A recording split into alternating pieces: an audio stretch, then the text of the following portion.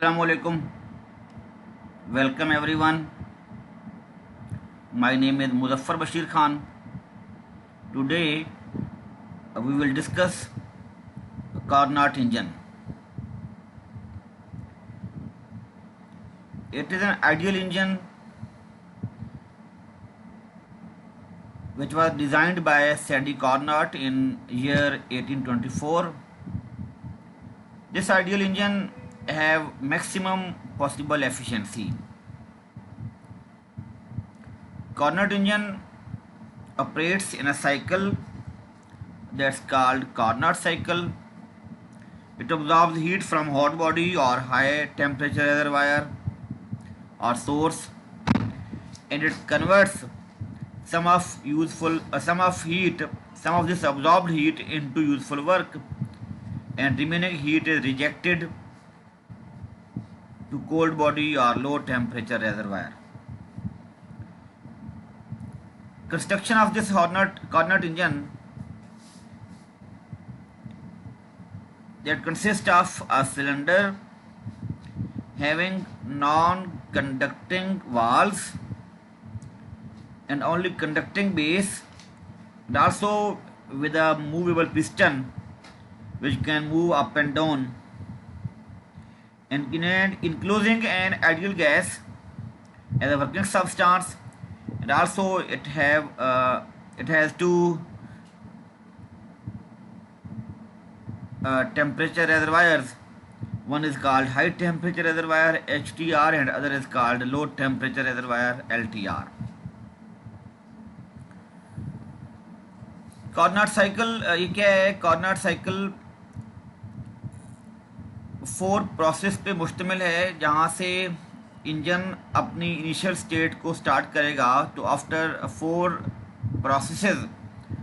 Steps ये system वापस अपनी इनिशियल स्टेट पे आ जाएगा। तो ये साइकिल क्या है? साइकिल कुछ स्टेप्स का मजमूआ होता है जिसके बाद सिस्टम वापस अपनी इनिशियल स्टेट पे आ जाता है। That series of process is called cycle. तो इसकी जो वर्किंग है कार्नट इंजन की, वो कार्नट साइकिल पे बेस करती है, और कार्नट साइकिल में 4 प्रोसेस हैं। First is here isothermal expansion. इसके नाम से ज़ाहिर है, यहाँ पे टेम्परेचर कांस्टेंट रहेगा और गैस एक्सपेंड होगी, गैस का वॉल्यूम बढ़ेगा और टेम्परेचर कांस्टेंट रहेगा। जहाँ पर भी टेम्परेचर कांस्टेंट रहता है तो वहाँ पे फिर इंटरनल एनर्जी भी कांस्टेंट रहती है सिस्टम की। इस प्रोसेस में this gas is allowed to expand isothermally, और जब गैस एक्सपेंड होती है तो याद रखें स्टूडेंट्स, इसमें कुछ टेम्परेचर कम होने लगता है, गैस कूल डाउन होती है। जो ही टेम्परेचर कम होने लगता है तो कुछ amount of heat Q1 system में एंटर होती है ताकि टेम्परेचर कांस्टेंट रहे। और ये अमाउंट ऑफ हीट है Q1, ये हॉट बॉडी से एंटर होगी इनटू द सिस्टम। इस प्रोसेस को हमने नेक्स्ट फिगर में जिसको हम पीवी डायग्राम कहते हैं, उसमें एक कर्व ए बी से शो किया है। इस कर्व ए बी को, जो कि इस आइसोथर्मल एक्सपेंशन को शो कर रही है, उसको हम आइसोथर्म भी कहते हैं। This curve A B which shows isothermal expansion, it is also called isotherm.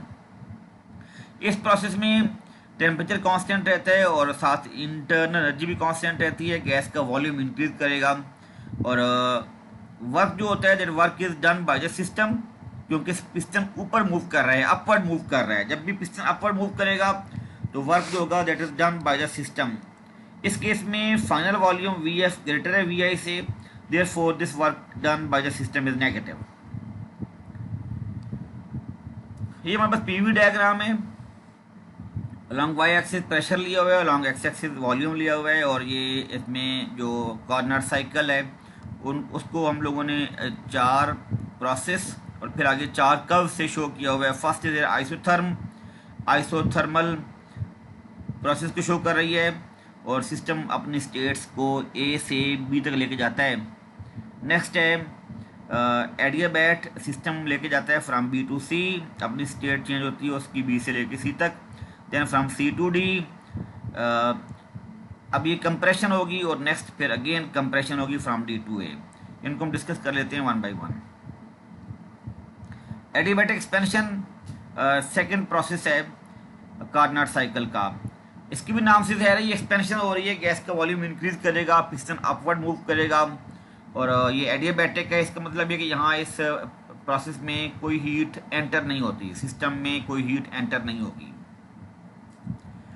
इसमें भी जो वर्क है वो नेगेटिव है as final volume V F is greater than V I, क्योंकि गैस एक्सपेंड हो रही है, पिस्टन अपवर्ड मूव कर रहा है, जिसकी वजह से work done by the system is negative. इसको हमने पीवी डायग्राम पे कर्व बी सी से शो किया है, विच इज आल्सो कॉल्ड एडियाबैट। क्योंकि ये एक्सपेंशन हो रही है और कोई हीट सिस्टम में एंटर भी नहीं हो रही, तो इस प्रोसेस में सिस्टम का टेम्परेचर और इंटरनल एनर्जी में डिक्रीज होगी। Next is isothermal compression. जब कंप्रेशन हो रही है तो सिस्टम अब अपनी रिवर्स डायरेक्शन में चलेगा और अब गैस का वॉल्यूम कम होगा, गैस कंप्रेस हो रही है आइसोथर्मली। इस प्रोसेस में work is done on the system, इसकी वजह से गैस का वॉल्यूम डिक्रीज होगा, टेम्परेचर और इंटरनल एनर्जी कांस्टेंट रहेगी क्योंकि आइसोथर्मल कंप्रेशन है। और जब भी कभी गैस कंप्रेस होती है तो याद रखें स्टूडेंट्स, से जब भी कभी गैस कंप्रेस होगी तो गैस हीटअप होगी। जब हीटअप होगी तो उसका टेम्परेचर बढ़ने लगता है, बट हमने यहाँ पे टेम्परेचर कांस्टेंट रखना है, तो कुछ amount of heat Q2 system से लीव हो जाएगी। और ये हीट Q2 लीव कहाँ होती है? That is rejected, that is leave left to the low temperature reservoir और सिंक और cold body. This process is shown by the curve और path CD in the PV diagram. जो हमने पीछे diagram देखी है उसमें जो CD कर्व है वो इस आइसोथर्मल कंप्रेशन को शो कर रही है, वो CD कर्व भी आइसोथर्म कहलाएगी क्योंकि वो भी आइसोथर्मल प्रोसेस को शो कर रही है। और लास्ट जो है प्रोसेस इसमें वो है एडियाबैटिक कंप्रेशन। इसमें भी गैस का वॉल्यूम डिक्रीज होगा, गैस को कंप्रेस किया जाएगा एडियाबैटिकली, इसमें कोई हीट एंटर नहीं होगी। जब गैस को कंप्रेस करेंगे तो गैस का टेम्परेचर बढ़ेगा, गैस हीटअप होगी। और इस प्रोसेस के बाद सिस्टम अपनी इनिशियल स्टेट्स को मेंटेन कर लेगा और इसके जो थर्मोडायनामिक स्टेट वेरिएबल्स हैं, प्रेशर, वॉल्यूम और टेम्परेचर, इंटरनल एनर्जी, वो अपनी इनिशियल स्टेट वापस आ जाएंगे जहाँ से सिस्टम ने अपना प्रोसेस स्टार्ट किया था, साइकिल स्टार्ट हुआ था, वहाँ तक आ जाएंगे। ये 4 स्टेप जो हैं they form a cycle that's called Carnot cycle. इसमें जो हीट एंटर हो रही है पूरे इस साइकिल में वो Q1 है या QH है, जो हीट ऑब्जॉर्ब हुई है फ्रॉम द हॉट बॉडी, और जो हीट लीव हुई है वो Q2 है या QL है, जो हीट लीव हुई है from the system to the cold body. Efficiency देख लेते हैं इसकी, efficiency of Carnot engine. Efficiency हम पहले भी हीट इंजन में डिस्कस कर चुके हैं, that is the ratio between output and input. Output over input, output यहाँ पे वर्क डन है जो सिस्टम वर्क करेगा, और इनपुट यहाँ पे हीट ऑब्जॉर्ब्ड है, तो इसको हम लिख सकते हैं 1 - Q2 ओवर Q1 और 1 - QL ओवर QH। QL यहाँ पे है heat rejected to low temperature reservoir और QH यहाँ पे है heat absorbed from high temperature reservoir. अब देखिए यहाँ हम चेक करने जा रहे हैं कि Q2 ओवर Q1 की वैल्यू हम कैसे फाइंड कर सकते हैं फॉर दिस कार्नट साइकिल। तो work done during isothermal expansion along path AB। Isothermal process के लिए हमने इससे पहले एक लेक्चर में फाइंड कर रखा हुआ है कि जो वर्क होता है वो होता है W = -nRT ln natural log final volume over initial volume. तो यहाँ पे फाइनल वॉल्यूम VB है, इनिशियल वॉल्यूम VA है, और यहाँ पे जो टेम्परेचर है इनिशियल वो आपके पास है T1, या इसको आप TH भी कह सकते हैं, where T1 is temperature of the hot body और high temperature reservoir. For isothermal process change in internal energy is 0, D internal = 0 होता है। तो हम इसको लिख सकते हैं फर्स्ट लॉ ऑफ थर्मोडायनेमिक्स को कि D internal that is equal to DQ ± DW। यहाँ पे हमने DW माइनस लगाया, क्यों? क्योंकि ये जो वर्क है ना वो नेगेटिव वर्क है, आइसोथर्मल एक्सपेंशन हो रहा है, volume of the gas increase हो रहा है, इसी वजह से वर्क के साथ आपने नेगेटिव लगा दिया। सो D इंटरनल = 0, सो 0 = DQ - DW। सो अब इसको लिख सकते हैं कि Q1 = W1 वेयर Q1 और QH is heat absorbed from hot body और high temperature reservoir. So Q1 is equal to W1। तो अब यहाँ लिख सकते हैं कि QHR is equal to Q1 is equal to W1 की वैल्यू हम पहले फाइंड कर चुके हैं, minus NRT1 ln VB over VA। अब ये माइनस साइन हम लोग यहाँ नेक्स्ट स्टेप में ख़त्म कर सकते हैं कि जो अंदर टर्म्स हैं नेचुरल लॉग के अंदर उनको उल्टा देंगे, तो ये आ जाएगा VA over VB, NRT1 natural log ln VA over VB, that's equation number 1। ये हमने हीट की वैल्यू फाइंड कर ली है जो हम लोगों ने सिस्टम में एंटर की है from high temperature reservoir QH और Q1। So work done during isothermal compression along path CD is W2 that is equal to NRT2 ln VD over VC।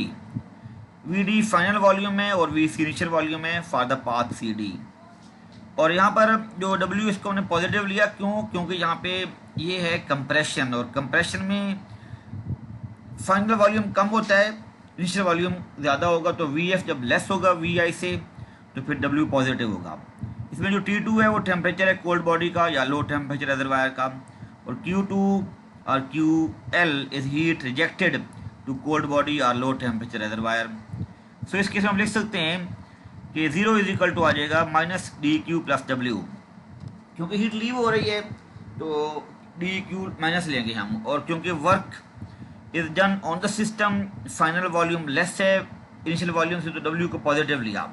0 is equal to, ये 0 है आपके पास change in internal energy, क्योंकि ये isothermal process है तो यहाँ पे 0 लिखेंगे हम। 0 is equal to minus DQ plus W, so Q is equal to W2, Q2 is equal W2, Q2 यहाँ पे या QL that is heat rejected to cold body that is equal to NRT2 ln VD over VC, that's equation number 2।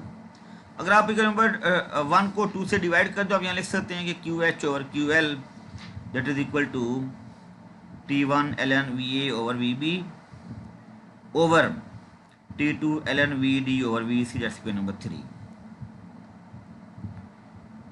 For adiabatic expansion जो path BC है उसके लिए हम लिख सकते हैं कि T1 VB की पावर जमा -1 is equal to T2 VC की पावर जमा -1, that's equation number 4। and similarly for adiabatic compression DA we can write T2 VD power gamma -1 is equal to T1 VA power gamma -1 equation number 4। ये आपके पास relation हैं जो adiabatic process के लिए hold करते हैं।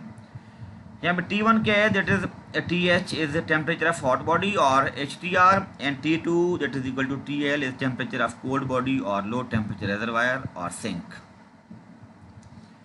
इक्वेशन नंबर 4 को 5 से डिवाइड कर रहे हैं, तो यहाँ से आप VA और VB की वैल्यू लिख सकते हैं is equal to VD over VC। Equation number 6 है, इक्वेशन नंबर 6 की जो वैल्यू आपने फाइंड की है यहाँ पे VA over VB that is equal to VD over VC, इसको यूज़ करेंगे इक्वेशन नंबर 3 में। तो आप यहाँ से लिख सकते हैं कि QH over QL is equal to T1 over T2 that is equal to TFH over TFL। तो ये जो टर्म्स है ना इक्वेशन नंबर 3 में, ये दोनों कैंसिल हो जाएंगी जो वॉल्यूम वाली टर्म्स हैं। तो वॉल्यूम वाली टर्म के बाद बाकी सिर्फ आपके पास टेम्परेचर की वैल्यू बचती हैं। तो अब यहाँ से हमने ये प्रूव किया कि QH over QL is equal to TH over TL, ratio between heat absorbed and heat rejected it is equal to ratio between high temperature reservoir and the temperature of the low temperature of the cold body. QH over QL is equal to TH over TL. So efficiency of Carnot engine can be written in this form, that efficiency is equal to 1 minus T2 over T1 or 1 minus TL over TH। ये हमने शुरू में इसकी efficiency की value लिखी है 1 minus QH over QL over QH, तो उसकी जगह पे हम लोगों ने अब यहाँ पे Q को रिप्लेस कर दिया है T के साथ, तो 1 माइनस TL ओवर TH। अगर आप इसको लिखना चाहें परसेंटेज की फॉर्म में तो इसको आप एक्सप्रेशन को 100 से मल्टीप्लाई कर लेंगे, that's percentage efficiency of the Carnot engine. इस एक्सप्रेशन में आप देख रहे हैं कि यहाँ पे कोई और टर्म नहीं है, सिर्फ टेम्परेचर यहाँ पे इन्वॉल्व हैं। So efficiency of Carnot engine depends upon temperature of hot body HTR and temperature of cold body LTR। Thank you very much, thank you for watching.